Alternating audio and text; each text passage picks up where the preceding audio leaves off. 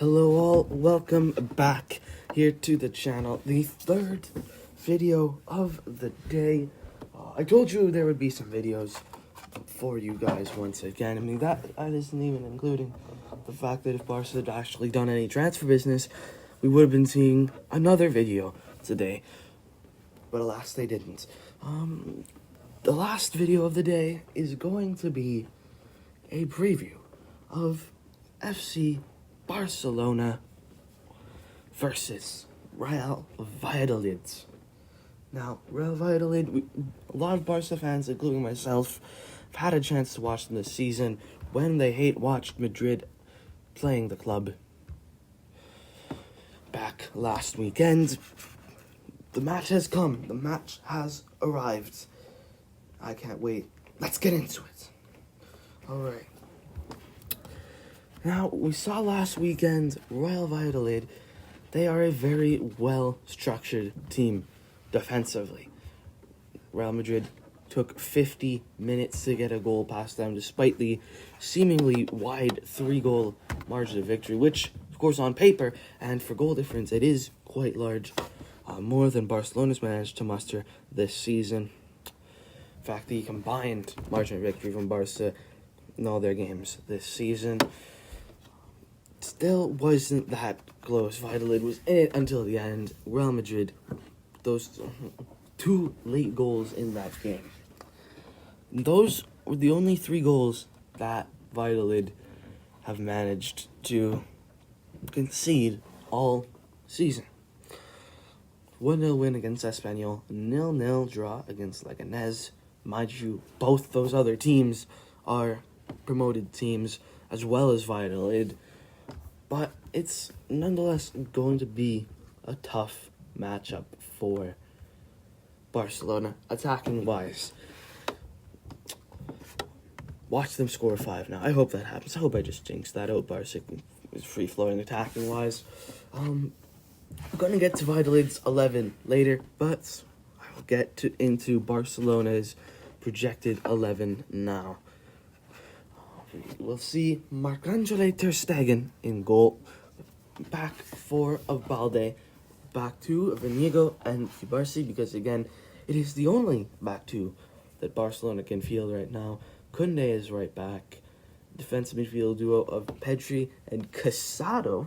Casado now with Bernal out through injury for the rest of the season, and Barcelona having not signed a backup defensive midfielder.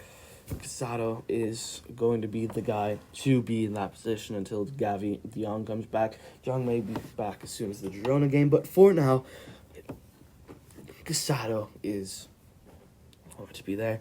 An attacking midfield trio of Rafinha, Dani Olmo, and Lamine Yamal as well. We believe we will be seeing the first starts for Dani Olmo after that so impressive debut for him against Rayo.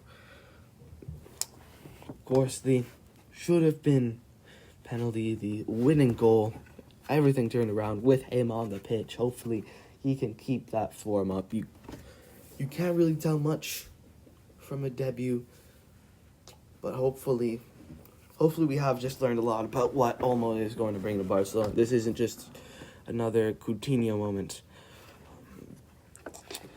We'll see Rafinha. I believe he's now going to be permanently shifted to the left-hand side. I think putting Olmo there would be a waste of his abilities. We made that mistake with Coutinho, as I said before, and Antoine Griezmann in the past. Olmo is a player played centrally, and Rafinha, while he's done well playing in the middle, and of course we can rotate Olmo. I'm sure there's going to be a point where Olmo is injured this season. He's just sadly that kind of player. So Rafinha isn't going to fully stop playing in the middle this year, but I think we're going to be seeing Rafinha on the left in Barcelona's full-strength team. And while the defense in the defensive midfield spots it's not at full strength at all, the attacking 4 right now is the best that we could possibly see. We will see it from Barcelona this entire year. We'll also be seeing Lamine Yamal looking to continue his streak of the goal contributions in his first 3 La Liga matches in this one against Valladolid. And of course, Robert Lewandowski, man who has 3 goals so far in La Liga and could have a lot more. He will be the lone striker as always. And I believe this starting 11, I think that it is very, very possible. I think it is very, very capable of beating Valladolid. Going to their 11 now. Going to the 11 I foresee them to have be Carl Hein in goal, a defensive 4 of Rosa, Javi Sanchez, Comer, and Lucas Perez. I don't know if those are their first names. Mario Martin in defensive midfield. Donovan Malchis, who's one of the big threats. Mesaguer, Kike Perez, and Sanchez in the attack midfield. And former Real Madrid's academy player, Juanmi Latasa, at the striker role. He was, in fact, Real Madrid player up until this past summer when he was sold to Valladolid. He was out on loan at Getafe last season. Now, permanently a Valladolid player. I believe we'll be seeing him starting over Marcos Andre. Marcos Andre didn't really impress much at all when I watched him at the Bernabeu. So I think that he will be benched in favor of trying someone else in this one.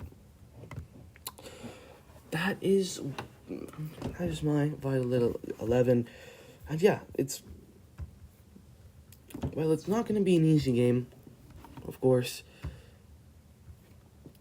Barca should have this one in the bag. I'm hoping that Barcelona this time can get their first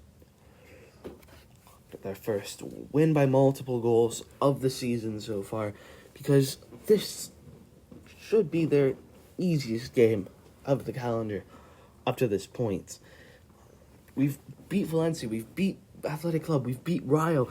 These 3 really tough teams to beat. I was saying before, if Barca get 3 points or get 9 points from their first 3 games, they will have done really, really well.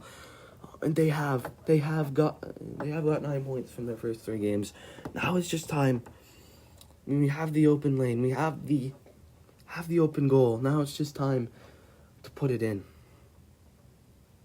So it is an air of confidence radiating. While Valladolid haven't conceded many goals this season, they've also only scored 1 from their first 3 matches. And that is only 1 across 2 90 minutes against newly promoted teams, such as Espanyol and Leganés. So, I'm thinking that Barcelona should have this one in the bag. We'll have a match review ready for you tomorrow, guys. The last match before the international break. Let's make it a good one. I am Alex, and I will see you next time.